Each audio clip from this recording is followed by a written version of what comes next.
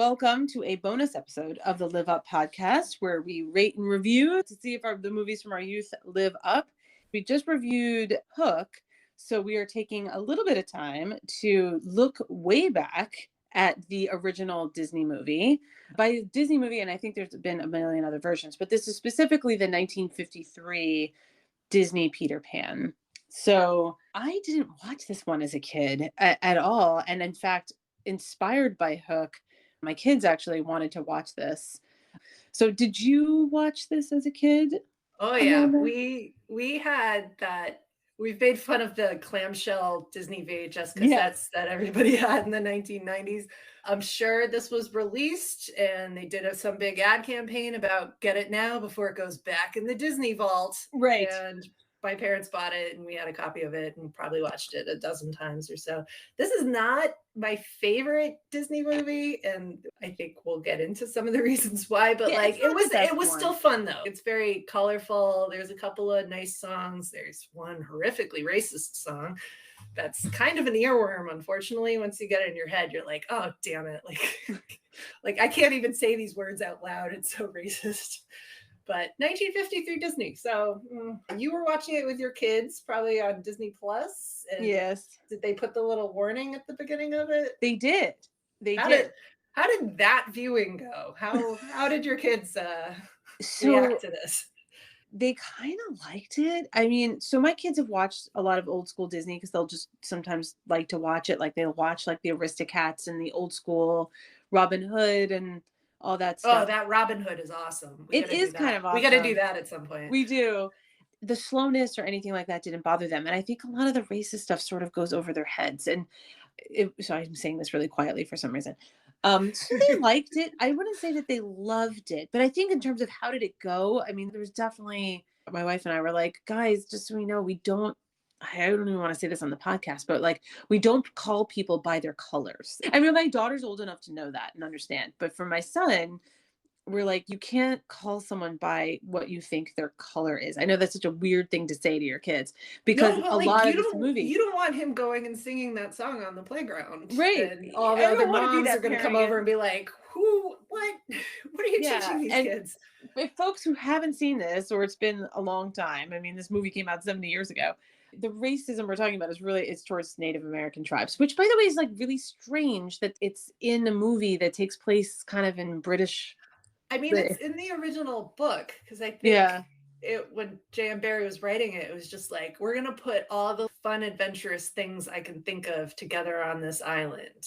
And at the time, it was all cowboys and Indians. So it was like, yeah, let's put some of that onto this island. Whenever Peter Pan came out as a book, it definitely wasn't PC, but then like you go through that Disney blender in the mid 50s and it's just going to get a lot worse because they're going to put it to music and and they're going to try to be funny about it and it's not going to hold up. Oh, it's really bad.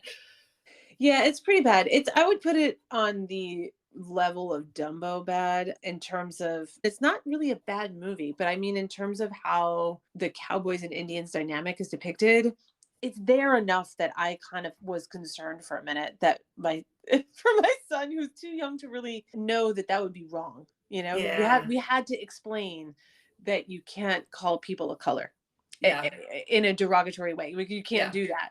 That's not right for the movie. And even in the movie, the skin color is almost comic book red for a lot of the Native characters. Oh, so it's all just and they sing a whole song about like the reasons their faces are red, and it's just all this made up BS, and it's so bad, like just cringy. You know, the other weird thing about this movie is that the whole thing is like a weird love triangle between Wendy and Tinkerbell and Peter Pan, which is like very strange. The Tinkerbell jealousy drives so much of the plot.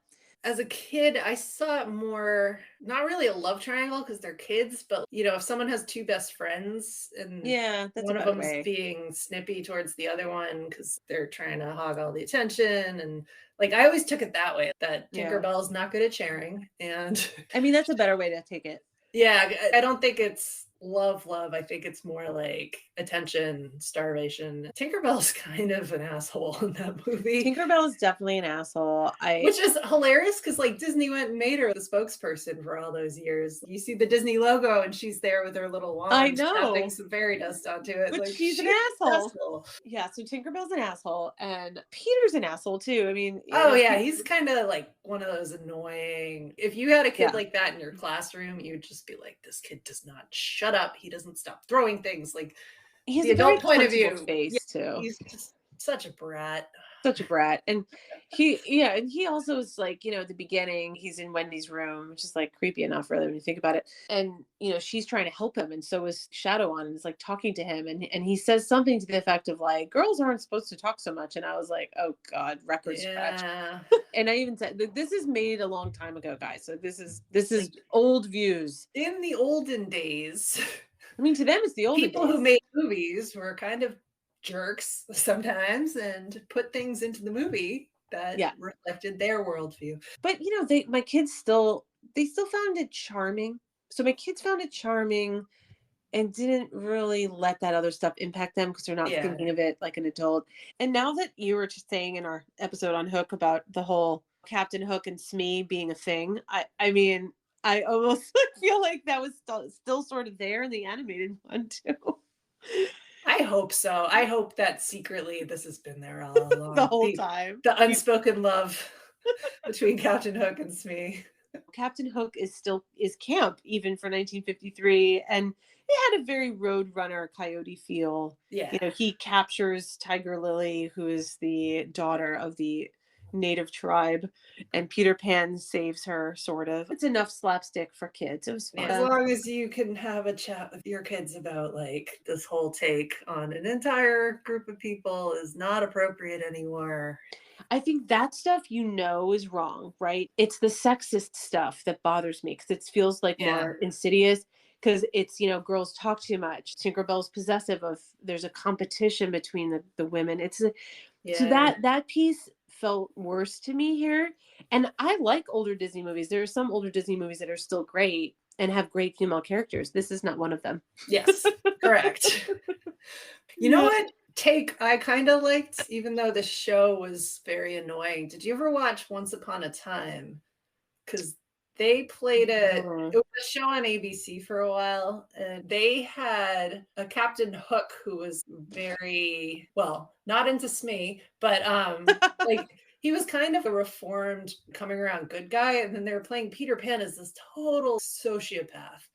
But that's kind of funny. It was great because, you know what? Peter Pan could be totally evil and cut off this guy's hand, and like he's learning to live with a disability. Oh my God. It was a much better creative take that I hadn't seen before. Like, make Hook the good guy, and Peter's this annoying, awful, evil kid who's maiming people.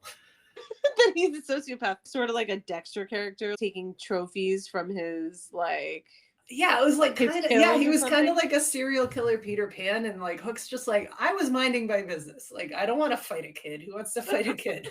I don't need a nemesis. I'm busy enough just being a pirate. Leave me alone. Right, being a pirate who's now disabled. Yeah. Yeah.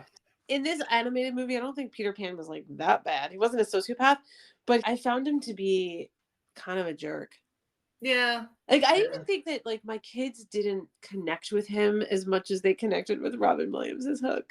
Oh wow. Or as Robin Williams as Peter Pan. I haven't seen the animated movie in so long. I do remember him being a little bit annoying, but he's very punchable, I think.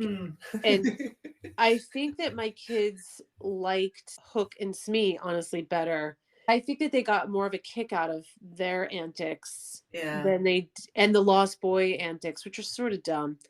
But they got more of a kick out of that. I remember Smee in the animated version. He's basically just one of the 7 dwarves, like transplanted. Pretty much. Yeah. In the older school animation, you could recognize all the faces sort of look the same as from other movies. He looks like them. He kind of acts like them. He's just kind of dopey and he's that's literally a dwarf, I guess, isn't it? And Wendy's 2 younger brothers are also sort of fun and relatable. My kids kind of liked that. Peter and Wendy were sort of non-entities, I think, to them in the animated one. Interesting. But overall, I will say, racist stuff aside, my kids kind of liked it. Yeah. That's She fine. says quietly to not get Just, hate mail. except for that one song. Yeah, I don't think And it's going to some be on other interactions. repeat. Yeah, And that for the is fair. parents out there, I'd say it's not worth it. It's just there's better old school Disney movies, and there's Go watch Robin Hood. Robin Hood's awesome. Robin. It's awesome, or go watch Hook because I thought it was awesome. Looks like a 6 for kids. Just But saying. this one is not worth it. It's not Yeah. worth it. All right, well, if you disagree, if you love the animated and we just ruined your childhood memories, let us know at Live Up Pod on all the socials, at Live Up Pod at Gmail. I don't think we're gonna get hate mail for that. It's not No, great. I don't think anybody's got 1953 animated Peter Pan as their all-time favorite movie. That's But not a there's not a person out there who's got that. I mean, that sounds like a challenge. So if there is, let us Oh, who's know. coming out of the woodwork? It's a loner named Peter. My parents named me Okay. after that movie. How dare you? Loner / sociopath named Peter. Let us know. I cut off people's hands when I disagree with them. And I feed them to crocodiles. All right.